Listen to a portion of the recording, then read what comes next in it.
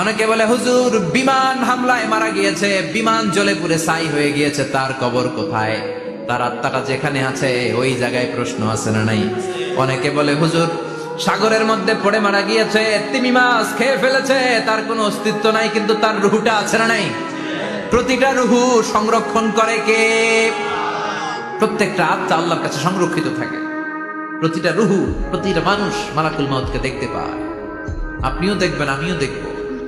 মুমিনদের কাছে এসে মালাকুল মাউত একজন যুবকের বেশে সাদা ধবধবে জুব্বা পরে সুগন্ধি মেখে মুমূর্ষ ব্যক্তির শিয়রে বসে বসে বলে, ইয়া আইয়াতুহান নাফসুল মুতমাইন্না, হে প্রশান্ত আত্মা, উখরুজি ইলা মাগফিরাতুল্লাহি ওয়া রিদওয়ানি, আল্লাহর ক্ষমা আর দয়ার দিকে বের হয়ে আসো। বলা মাত্রই মুমিনের আত্মাটা স্মুথলি বের হয়ে আসে। কাফান মিন আকফানিল জান্নাহ, হানুত মিন হানুতিল জান্নাহ, জান্নাত থেকে আনা সুগন্ধি কাফনের মধ্যে পেঁচিয়ে তিনি রূহটাকে নিয়ে ইল্লিনে চলে যায়। সরাসরি দেখে মালাকুল মাউত। আর যারা ইসলাম বিরোধী, কোরআন বিরোধী, তাদের সামনে এসে মালাকুল মাউত ত্রাস সৃষ্টি করে। আগে ধমক। হাইওয়েতে মাঝে মাঝে ডাকাতি হয় না?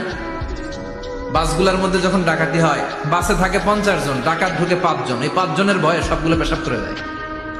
কারণ ত্রাস সৃষ্টি করে। এসেই চাইনিজ কুড়াল দিয়ে আগে কুবায় দেয় 4-5 জনের। রক্ত দেখে কি দেওয়ার সব আগে রেডি করে রাখে।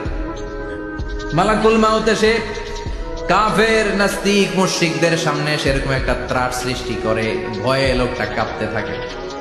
ওর কাছে ভদ্র ভাষায় কথা বলে না, সুন্দর জামা পরে আসে না, কালো কুচকুচে চেহারা, ভয়ঙ্কর একটা রূপ নিয়ে, আকৃতি নিয়ে ইসলাম বিরোধীদের মাথার সামনে আসে, দুর্গন্ধযুক্ত চেহারার দেহ নিয়ে ধমক দিয়ে বলে, ও পাপাত্তা, ইয়া আইয়াতুহান নাফসুল খাবিসা উখরুজি ইলা গাদাবিল্লাহ, হে পাপাত্তা, আল্লাহর রাগ, ক্রোধ আর গজবের দিকে বের হয়ে আয়। মুমিনের আত্মা বলার সাথে সাথে যেমনি মুমিনের দেহ থেকে বের হয়ে জান্নাতি কাফনের ভেতরে ঢুকে, কাফেরদের আত্মাও কি এরকম তাড়াতাড়ি বেরোতে চায় নাকি? কাফেরদের আত্মা বেরোতে চায় না। ডানে দৌড়, বায়ে দৌড়, সামনে দৌড়, পেছনে দৌড়, আহা, দৌড়াদৌড়ি করে।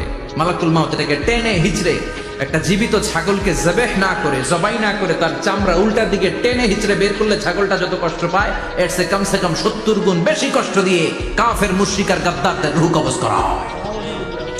আল্লাহ, এই পরিস্থিতি থেকে তুমি আমাদের বাঁচাও। মুমিনদের রূহ যেমনি কবজ হয়, ওইভাবে রূহ কবজের ব্যবস্থা করে দিও। ইমানের মৃত্যু নসিব করে দিও, শাহিদি মৃত্যু নসিব করে দিও। আমাকে শহীদ করে সেই মিছিলে